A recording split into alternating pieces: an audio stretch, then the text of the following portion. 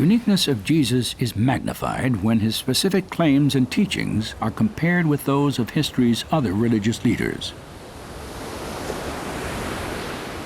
There is no other great religious leader who ever claimed to be the direct way to God in the way Jesus claimed it. The Buddha certainly didn't. Most Hindu gurus and leaders don't do that kind of thing. Mohammed certainly didn't do that. He would have thought that to be blasphemy. You could take Buddha out of Buddhism and you still have the teachings of the Buddha. Or you could take the Prophet out of Islam and you still have the Quran and the teachings there and the supremacy of Allah. But if you take Jesus out of Christianity, you don't have Christianity anymore, because Christianity is not based on the teachings of Jesus. It was rather the person of Jesus that is critical. If you boil him down to a bunch of thou shalt and thou shalt not, you've trivialized Jesus. You've trivialized the essence of his claim, because his claims are not just, you need to behave better. His claims are that God is breaking into human history through himself and coming to change us. The gospel, the good news, is that the kingdom of God, the divine saving activity of God, is at hand in the person of Jesus, and you'd better pay attention, because if you don't, all of the ethical teaching of Jesus is not going to do you a whit of good. You have to respond to the good news about Jesus who's come into this world. In his classic book, Mere Christianity, C.S. Lewis explored the identity of Jesus and the popular opinion that while he was a great moral teacher, we cannot accept his claim to be God.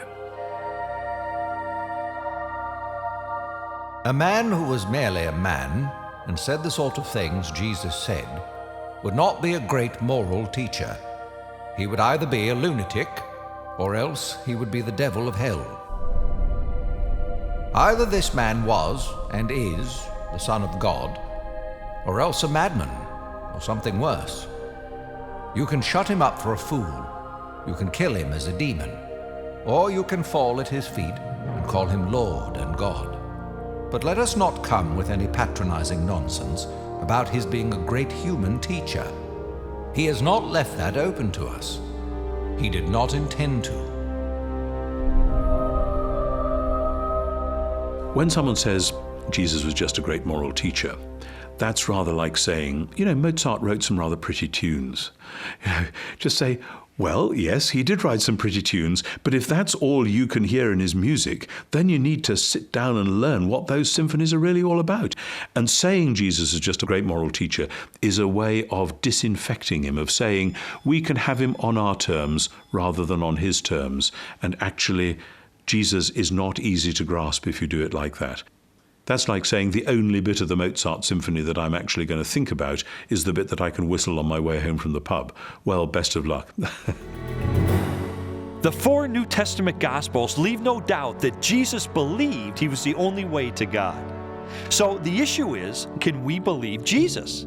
This is where his credentials become so important. And there's a wealth of historical evidence that I've studied for almost 30 years. We've got older documentation and earlier eyewitness accounts of Jesus' life than we have for any other religious leader of antiquity. In addition, we have hundreds of years of scholarship that upholds the validity of the Gospels. Unlike anyone else in history, Jesus fulfilled dozens of prophecies, including the location of his birth, key events of his ministry, and the details of his execution. And each of these prophecies was first written in the Hebrew Scriptures centuries before he was born. Jesus also performed miracles, often in front of his enemies and skeptics, that demonstrated his supernatural power over nature, disease, and death. And if all that wasn't enough, he was resurrected from the dead in an historical event that was confirmed by more than 500 witnesses. You have to remember that the early followers of Jesus gave their lives, they went to martyrs' deaths, not because of sincere belief they held, and about which they could be sincerely wrong. No, they went to martyrs' deaths because something they actually saw with their own eyes and touched with their own hands, they saw Jesus risen from the dead after he was executed on the cross. If Christ has not been raised, then all our preaching is useless, and your faith is useless, and we apostles would all be lying about God. For we have said that God raised Christ from the grave.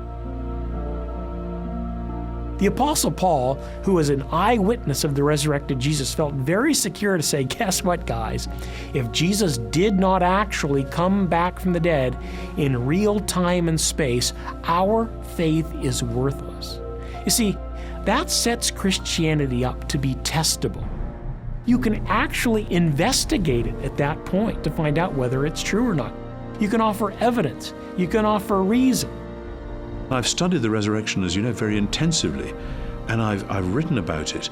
And the more I look at the resurrection of Jesus, the more, A, I'm absolutely convinced it happened as a reality within our own space-time world, and B, it is utterly unique. Nobody else has led the way through death and out the other side. Christianity is based from the beginning on the fact of the resurrection, and that's what I've staked my life on.